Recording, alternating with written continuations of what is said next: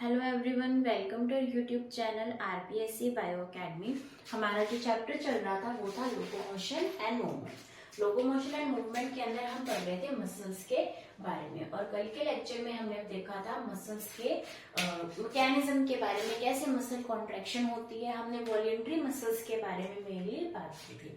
तो आज हम पढ़ेंगे इनवॉल्यूंटरी मसल्स के बारे में। इनवॉल्यूंटरी मसल्स भी कहते हैं, इसके और भी बहुत सारे नाम हैं। इसे अनैच्छिक पेशी भी बोलते हैं, इसे विसरल मसल भी बोलते हैं, इसे स्मूथ मसल भी कहते हैं, इसे नॉन स्ट्रेटेड मसल्स भी कहते हैं, इसे नॉन स्केलेटल मसल्स भी कहते हैं। तो इसके बहुत सारे डिफरेंट नेम्स हैं, यानी ये किसकी अपोजिट वर्क करती है, स्केलेटल मसल की, क्योंकि ये नॉन स्केलेटल है। स्केलेटल मसल को स्ट्रेटेड बोलते हैं, तो ये क्या है, नॉन स्ट्रेटेड मसल है। स्केलेटल मसल को वॉल्यूंटरी बोलते हैं, तो ये क्या है, इनवॉल्यूंटरी मसल है।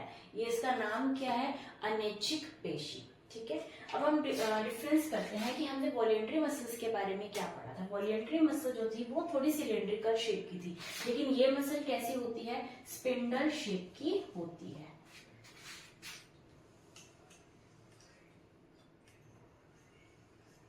कुछ इस तरीके की हमें ये मसल देखने को मिलेगी। कैसी शेप है, स्पिंडल शेप की है। जब हमने वॉल्यूंटरी मसल की बात की तो हमने कहा था इसमें तो बहुत सारे न्यूक्लियस होते हैं, ये मल्टी न्यूक्लिएटेड है। लेकिन जो इनवॉल्यूंटरी मसल है उसके अंदर सिर्फ एक ही न्यूक्लियस पाया जाता है, सिर्फ एक न्यूक्लियस पाया जाता है, और बाकी क्या प्रेजेंट होता है यहाँ पर, सार्कोप्लाज्म।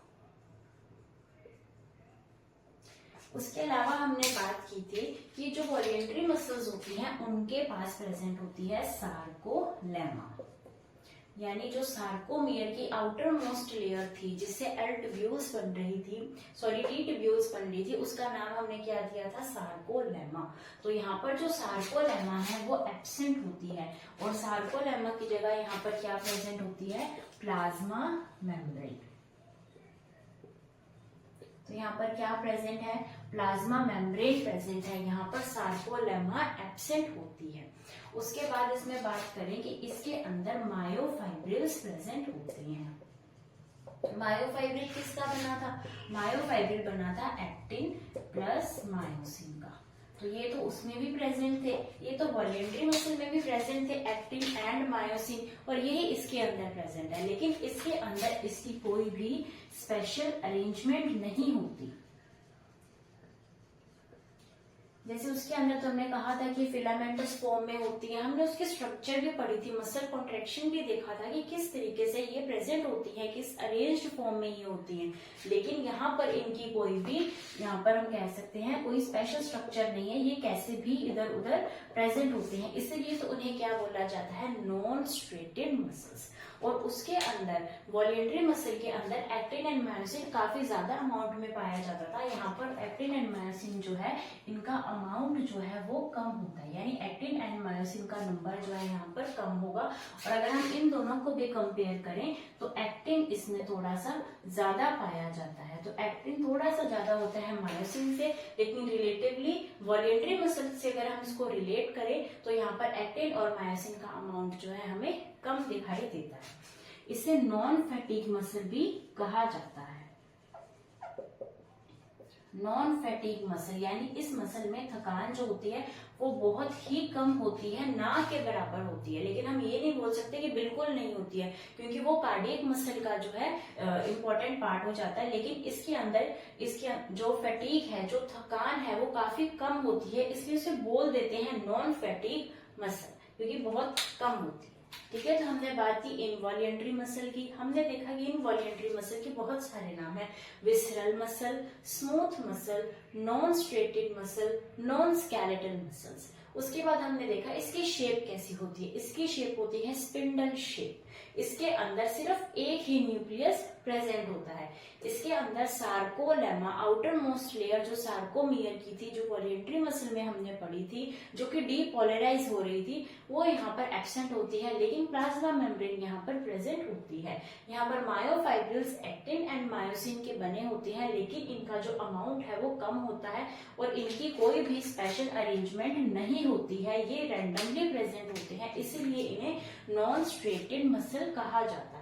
इसके अंदर एक्टिन की अमाउंट मायोसिन से ज्यादा होती है और इसे नॉन फैटिग मसल कहा जाता है, लेकिन इसके अंदर फैटिगनेस बहुत कम होती है। ठीक है,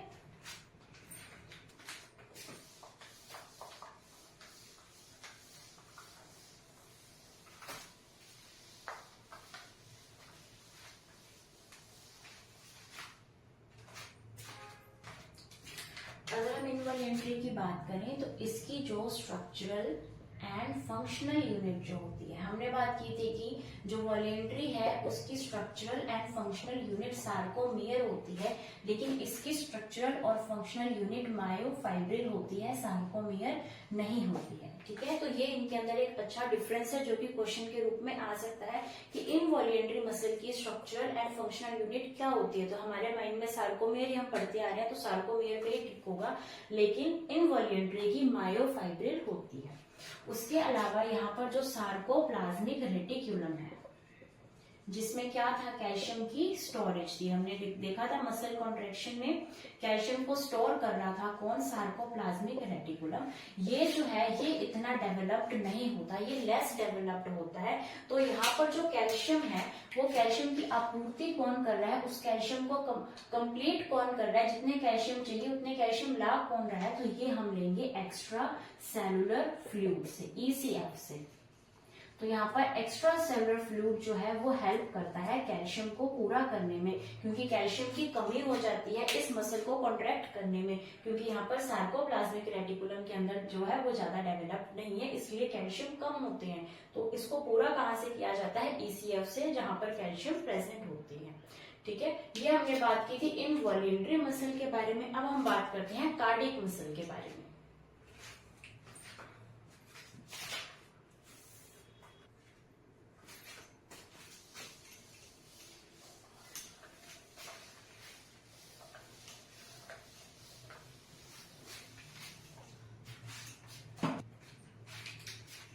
अभी हम बात करते हैं कार्डियक मसल के बारे में।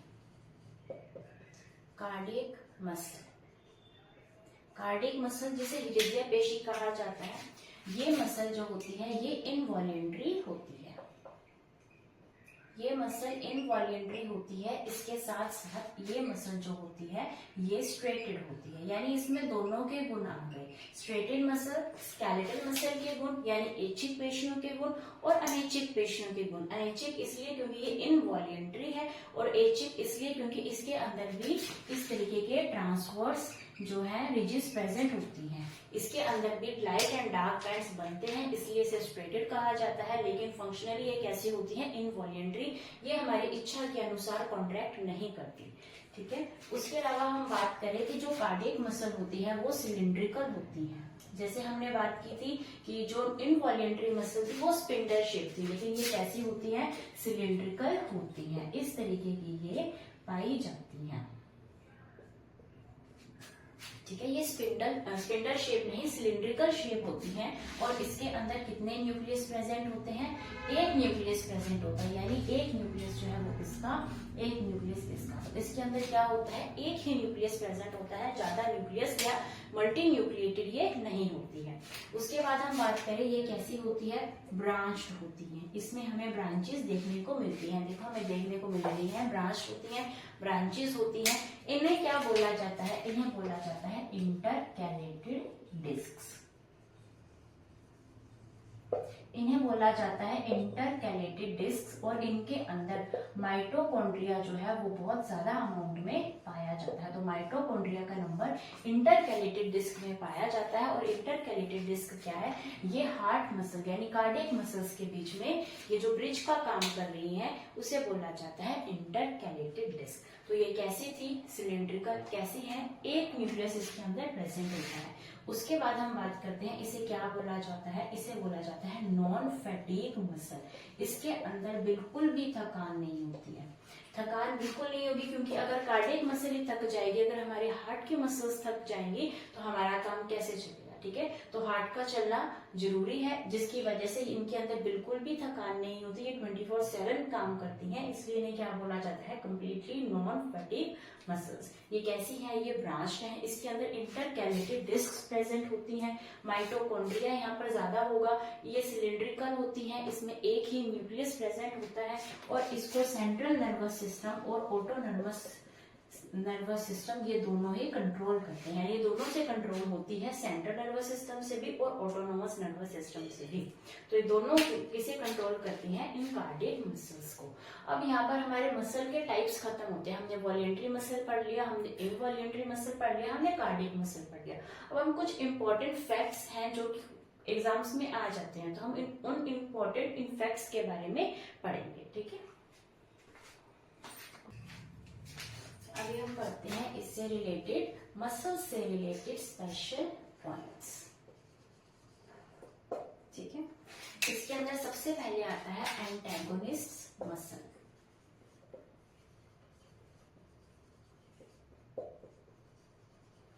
एंटेगोनिस्ट मसल क्या है, यानी एक दूसरे के विपरीत चलने वाली। एंटेगोनिस्ट का मतलब ही ये होता है एक दूसरे के ऑपोजिट। ठीक है, तो ऐसी कौन सी मसल है जो कि एंटेगोनिस्ट मसल है, क्योंकि मसल के अंदर या तो कॉन्ट्रैक्शन होती है या रिलैक्सेशन होती है, एक ही चीज होगी, या तो एक टाइम पे सारी कॉन्ट्रैक्ट करेगी या तो एक टाइम पे सारी रिलैक्स करेगी, अगर हम एक मसल की बात करें। तो यहाँ पर क्या होता है, एंटेगोनिस्ट मसल ये होती है कि कहीं पर तो ये कॉन्ट्रैक्ट कर रही है और कहीं पर ये रिलैक्स कर रही है, यानी दोनों चीजें एक ही मसल में एक ही टाइम पर हो रही हैं। तो यहाँ पर या तो कॉन्ट्रैक्ट करेगी या रिलैक्स करेगी, यानी ऑल और नन का रूल यहाँ पर फॉलो नहीं होगा, क्योंकि मसल जो है वो ऑल और नन का रूल फॉलो करती है, या तो सारी कॉन्ट्रैक्ट करेगी, नन का मतलब या कोई कॉन्ट्रैक्ट नहीं करेगी। तो यहाँ पर ऑल और नन का रूल फॉलो नहीं हो रहा है, या तो ये कॉन्ट्रैक्ट और रिलैक्स साथ में करती है, ऐसी मसल को एंटेगोनिस्ट मसल कहा जाता है। और इसका एग्जाम्पल है बाइसेप्स एंड ट्राइसेप्स। तो बाइसेप्स एंड ट्राइसेप्स में जो मसल्स प्रेजेंट होती हैं, ये जो मसल्स हैं ये क्या कैसी मसल है, एंटेगोनिस्ट मसल, क्योंकि यहाँ पर कॉन्ट्रैक्ट और रिलैक्स दोनों साथ में होती है। उसके बाद हम बात करते हैं कोरी साइकिल की। कोरी साइकिल क्या है, कोरी साइकिल है हमारे लैक्टिक एसिड का कन्वर्जन, यानी सबसे पहले हमारे पास क्या होता है, लैक्टिक एसिड होता है। ये लैक्टिक एसिड जो है ये कन्वर्ट करता है ग्लाइकोजन में, ग्लाइकोजन से ये बनता है ग्लूकोज, ग्लूकोज से ये वापस बन जाता है ग्लाइकोजन, और ग्लाइकोजन से ये वापस बन जाता है लैक्टिक एसिड। तो यहाँ पर कोरी साइकिल में क्या है कि लैक्टिक एसिड अपनी डिफरेंट फॉर्म्स के अंदर चेंज करके वापस लैक्टिक एसिड में कन्वर्ट हो जाता है। जैसे हम बात करें, लैक्टिक एसिड जो है ग्लाइकोजन में बनता है, ये प्रोसेस कहाँ होती है, लीवर में, यानी लीवर में क्या बन गया, ग्लाइकोजन बन गया। अब लीवर से जैसे ही ये ब्लड में जाएगा, ये क्या बन जाएगा, ग्लूकोज बन जाएगा। तो ब्लड में इसका कौन सी फॉर्म आ गई, ग्लूकोज की फॉर्म आ गई। अब ग्लूकोज से ये वापस ग्लाइकोजन में कन्वर्ट हो जाएगा, ये काम किसमें होगा, मसल्स में होगा। मसल्स में जो ग्लूकोज है वो वापस ग्लाइकोजन में कन्वर्ट होगा, और मसल में ही ग्लाइकोजन से क्या बनता है, लैक्टिक एसिड। यानी हम जब हम बहुत ज्यादा थकान हो जाती है हमारे मसल में, तो हम कहते हैं ना हमारी बॉडी में लैक्टिक एसिड बढ़ गया, लैक्टिक एसिड की अमाउंट बन गई है। तो वो कैसे बनती है, वो इसी तरीके से ये साइकिल चलता है जिससे लैक्टिक एसिड की अमाउंट बनती है, और इस साइकिल को क्या बोलते हैं, कोरी साइकिल बोलते हैं। ये लीवर, ब्लड और मसल्स के बीच में चलता रहता है। उसके बाद हम बात करते हैं लॉन्गेस्ट बोन की, लॉन्गेस्ट मसल की। तो हमारी बॉडी की जो लॉन्गेस्ट मसल है वो है सेराटोरियस। सेराटोरियस मसल हमारी बॉडी की सबसे लॉन्गेस्ट मसल है, जो कि हमारी थाई में पाई जाती है। सबसे लॉन्गेस्ट बोन भी हमारी थाई में पाई जाती है। उसके बाद हम बात करते हैं सबसे स्मॉलेस्ट मसल की, ये है स्टेपिडियस। ये जो स्टेपिडियस है ये हमारे कान में यानी हमारे ईयर के अंदर पाई जाएगी। स्टेपिडियस मसल क्या है, सबसे स्मॉलेस्ट, और हमारे सबसे स्मॉलेस्ट बोन भी स्टेपियस बोन है जो कि हमारे ईयर में पाई जाती है। उसके बाद हम बात करते हैं लार्जेस्ट मसल। लार्जेस्ट मसल कौन सी है? Gluteus Maximus.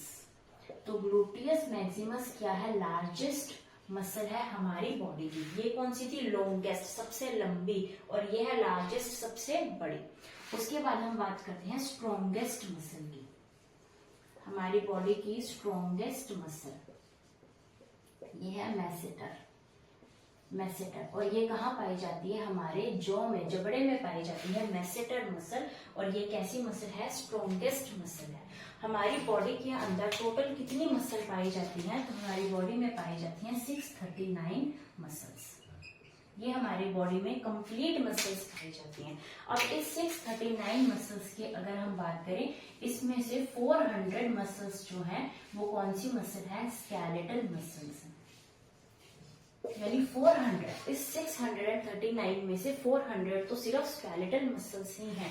और सबसे ज्यादा मसल हमारी जो है बैक पर, यानी हमारी पीठ पर पाई जाती है। तो पीठ पे मसल का नंबर क्या होता है? ज्यादा होता है, अराउंड 180 मसल। 180 मसल हमारी बैक पे यानी हमारी पीठ पे पाई जाती है। तो हमारी पूरी बॉडी में सबसे ज्यादा मसल कहाँ पाई जाएंगी? हमारी पीठ पर। ठीक है, टोटल मसल कितनी है? 639 मसल्स हैं, जिनमें से 400 मसल स्केलेटल है, बाकी कार्डियक एंड इनवॉल्यूंटरी मसल्स है। उसके बाद हम बात करें EDTA के बारे में। EDTA की फुल फॉर्म है इथाइलिन डायअमीन टेट्रा एसिटिक एसिड। तो इथाइलिन डायअमीन टेट्रा एसिटिक एसिड ये ADT है। ये क्या करता है? ये मसल को कॉन्ट्रैक्ट होने से रोक देता है, क्योंकि ये किससे बाइंड करता है? ये बाइंड करता है कैल्शियम आयन से। और मसल कॉन्ट्रैक्शन में कैल्शियम आयन बहुत जरूरी है। तो ये कैल्शियम आयन से बाइंड कर देगा, जिससे कि मसल का जो कॉन्ट्रैक्शन है वो नहीं हो पाएगा। तो मसल का कॉन्ट्रैक्शन रोकने के लिए किसका इंजेक्शन दिया जाता है? ADTA का इंजेक्शन हमें दिया जाता है। ठीक है, तो ये हमने पढ़े कुछ स्पेशल पॉइंट्स, जिसके अंदर सबसे पहले हमने देखा एंटेगोनिस्ट मसल, ऐसी मसल जो एक दूसरे के विपरीत काम कर रही है और नन रूल को फॉलो नहीं कर रही है, ऐसी मसल्स है बाइसेप्स एंड ट्राइसेप्स। फिर हमने बात की कोरिसाइकिल की, जिसके अंदर लैक्टिक एसिड अपनी डिफरेंट फॉर्म्स के अंदर कन्वर्ट होता है लीवर में, ब्लड में और मसल में, किन किन फॉर्म्स में जाता है और वापस रिवर्स होकर लैक्टिक एसिड ही बन जाता है। फिर हमने देखी लॉन्गेस्ट मसल सेरेटोरियस मसल, जो कि हमारे थाई में प्रेजेंट होती है। स्मॉलेस्ट मसल स्टेपिडियस है, जो कि हमारे कान में प्रेजेंट होती है। लार्जेस्ट मसल ग्लूटियस मैक्सिमस है, ये हमारे हिप के नीचे प्रेजेंट होती है। देन स्ट्रॉन्गेस्ट मसल है मैसेटर, जो कि हमारे जो यानी जबड़े में प्रेजेंट होती है। फिर हमने बात की टोटल मसल्स की। टोटल मसल है 639 मसल, जिनके अंदर 400 तो स्केलेटल यानी वॉलेंट्री मसल्स ही हैं। बैक पर यानी हमारी पीठ पर सबसे ज्यादा मसल होती है, 180 नंबर इनका होता है। फिर हमने बात की ADTA, इसके इंजेक्शन दिए जाते हैं जिसकी वजह से मसल का कॉन्ट्रैक्शन नहीं हो पाता। इसकी फुल फॉर्म हमें याद करनी है इथाइलिन डायअमीन टेट्रा एसिटिक एसिड। तो इसके साथ ही हमारा जो लोकोमोशन एंड मूवमेंट है, इसके अंदर मसल वाला पार्ट कंप्लीट होता है। हमने जब इसका स्टार्ट किया तब हमने कहा था इसके अंदर 2 पार्ट्स हैं, मसल्स प्लस स्केलेटल सिस्टम। तो इसके अंदर हमारा जो मसल वाला पार्ट है वो कंप्लीट होता है। अब हम कल से क्या स्टार्ट करने वाले हैं? स्केलेटल सिस्टम को स्टार्ट करने वाले हैं। हम देखेंगे बोन्स के बारे में, हमारी बॉडी में कहाँ पर कितनी बोन्स पाई जाती हैं, उन सब चीजों के बारे में कंप्लीटली स्केलेटल सिस्टम हम यहाँ पर पढ़ने वाले हैं। ठीक है, आज के लिए इतना ही। Thank you.